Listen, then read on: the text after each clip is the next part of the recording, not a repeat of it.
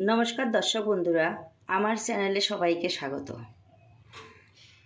আমি তোমাদের সাথে আজকে শেয়ার করছি। দেখো এখানে নিয়ে এসেছি আমি 300 গ্রামের মতো মটর ডাল। আমি 2-3 ঘন্টার মতো ডালটাকে ভিজিয়ে রেখেছি। ভিজিয়ে আমি ডালটাকে ধুয়ে নিয়েছি। এবার আমি দেখো ডালটাকে প্রেশার কুকারে 1 মিনিটের জন্য সিটি দিয়ে নেব। তার সাথে আমি নিয়ে এসেছি দেখো এখানে সজনের ডাঁটা, কিছু সজনের ডাঁটা আর কিছু করলা, কিছুটা নিয়েছি তোমার লাউ।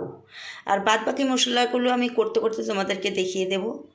চলো এবার ডালটাকে আমি সিদ্ধ করে নিচ্ছি। দেখো এখানে আমি একটা কড়াই বসিয়ে 2 চামচের মতো সরষের তেল দিয়ে দিয়েছি। তোমাদের কাছে সাদা তেল থাকুক, সরষের তেল থাকুক, যে কোনো তেল দিয়ে তোমরা করতে পারো, তেলের কোনো সমস্যা নেই। দেখো আমি এখানে প্রথমে করলাটাকে ভেজে নিচ্ছি। এবার আমি এখানে 1 চামচের 1/2 চামচ লবণ দিয়ে দেব, আর দিয়ে দেব 1 চিমটি হলুদ।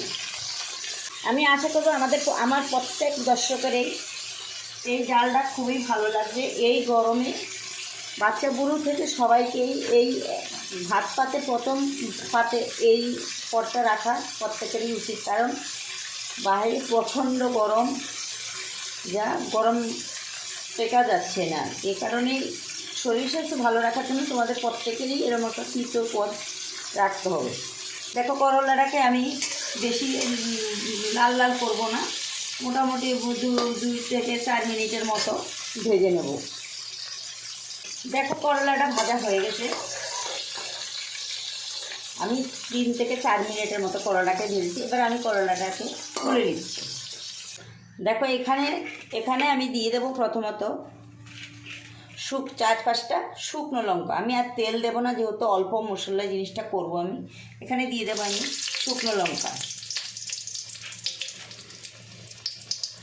এখানে দেবো আমি 2টো তেজপাতা অর্ধেক করে ছিঁড়ে নিয়েছি।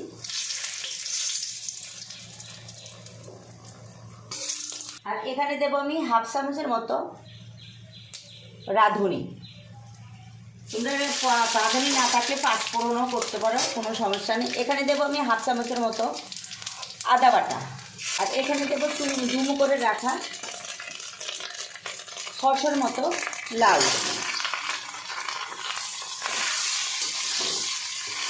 তার সাথে আমি দিয়ে দিচ্ছি সজনের ডাঁটা।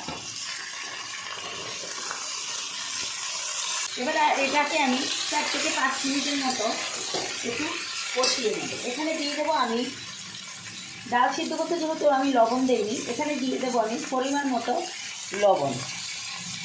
লবণটা অবশ্যই তোমরা তোমাদের পরিমাণ মতো দেবে।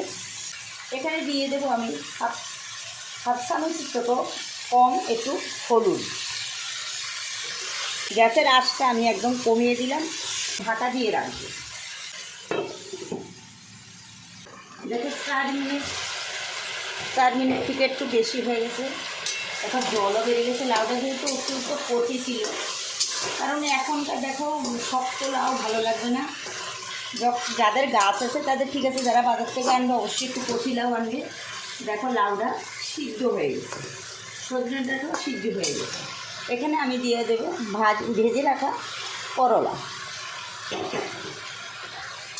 আর এখানে দিয়ে দিচ্ছি আমি সিদ্ধ করে রাখা